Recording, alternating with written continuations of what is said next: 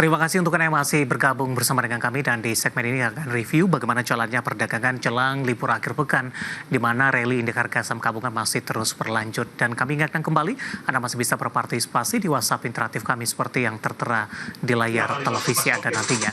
Dan saat ini kami sudah terhubung melalui Zoom bersama dengan Bapak Ahmad Yakiye selaku Head Online Trading BCA Sekuritas. Kita akan langsung sapa saja. Pak Yaki, selamat sore, apa kabar Pak? Selamat sore Mas Dea, baik. Terima kasih Pak Yaki sudah meluangkan waktu di IDI Channel. Tidak terasa kita sudah sampai kembali di perdagangan jelang libur akhir pekan Pak. Rally terus berlanjut di sepanjang pekan ini Pak Yaki. Mulai dari posisi harga yang sebelumnya cukup sulit menembus level 7.100-an dan hari ini indeks harga saham gabungan cukup konsisten bergerak di atas level 7.200-an. Analisis Anda? Ya, sebenarnya ini memang sudah dimulai dari sejak 14 Mei ya. Kalau kita lihat pergerakan asing infonya sudah cukup kencang di 14 Mei 2,8 T di reguler, lalu di 15 Mei juga berlanjut 1, sekian triliun. Ya, itu awalnya dari semuanya sih Mas. Jadi memang info asing sangat membantu pergerakan ISG untuk melanjutkan penguatan ya. Jadi kalau kita lihat memang infonya masih cukup kencang dan bahkan di sejak Senin tadi 19 Mei sampai hari kemarin itu total net buy udah 1,5 T sendiri di luar yang tadi disebutkan.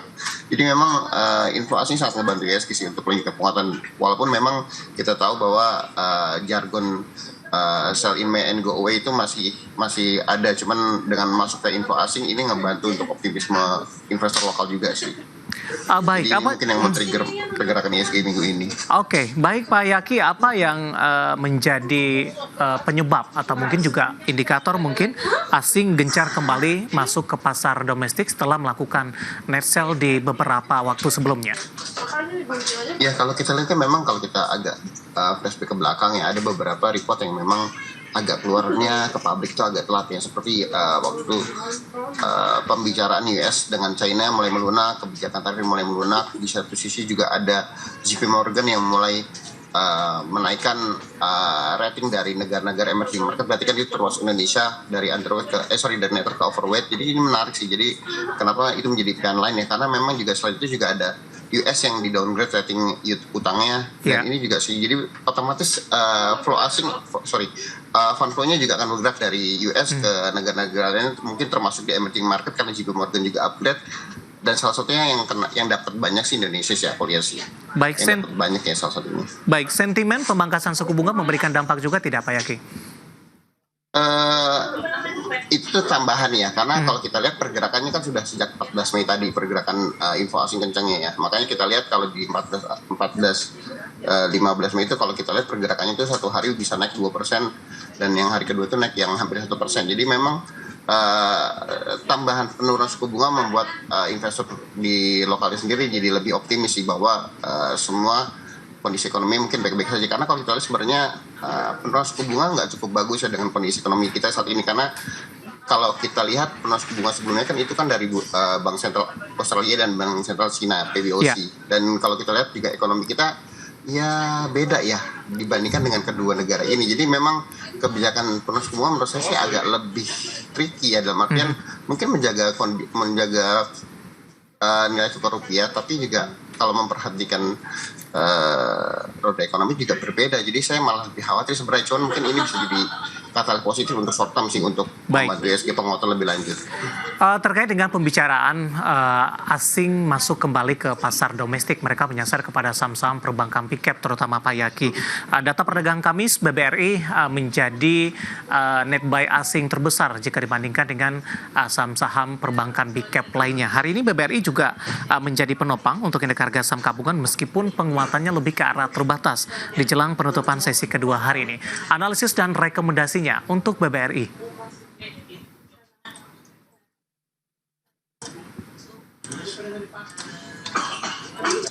Halo Pak Yaki. Kalau lihat dari pergerakannya hari ini mungkin lebih better untuk BRI itu untuk persiapan untuk sell on strength ya, kan memang pergerakan bullish BRI sejak 9 Mei terakhir dia koreksi, 8 Mei terakhir koreksi, lalu bullish sejak 9 Mei sampai hari ini kenaikannya sudah cukup banyak ya. Jadi ada potensi untuk koreksi dulu sih untuk BRI-nya untuk take profit. Jadi saran saya sih memang cenderung sell on strength sih kecuali BRI-nya bisa break di atas 4.400 sampai 470-an. Jadi kalau memang di area 4.400 BRI-nya belum break, better sih take profit dulu ya, karena ada potensi untuk rehat sebentar untuk kembali lanjut ke penguatan sih.